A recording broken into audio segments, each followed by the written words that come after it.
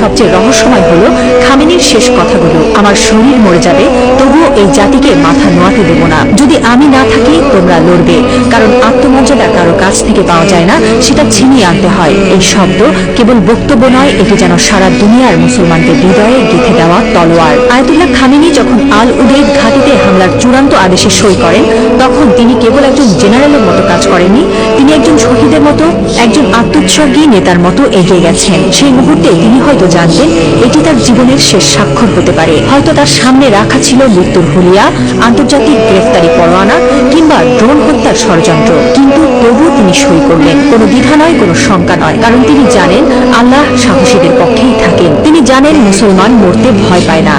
যারা আল্লাহর পক্ষে থাকেন তারা জানেন মৃত্যু মানেই পরাজয় নয়, বরং আত্মত্যাগী বিজয়ের শুরু। এই একজন মানুষ এখন আর কেবল ইরানের নেতা নন, তিনি হয়ে উঠছেন সারা বিশ্বের মুসলিম উম্মার প্রতীক। একজন বিশ্বাসী, একজন অটল মুজাহিদ, একজন সাহসী পিতার মতো তিনি বলছেন, আমি থাকি বা না থাকি তোমরা লড়বে। হ্যাঁ মুসলিম উম্মাহ, তোমরা মাথা নিচু করো না। লা ইলাহা ইল্লাল্লাহ, আল্লাহ ছাড়া আর কোনো ইলাহ নেই।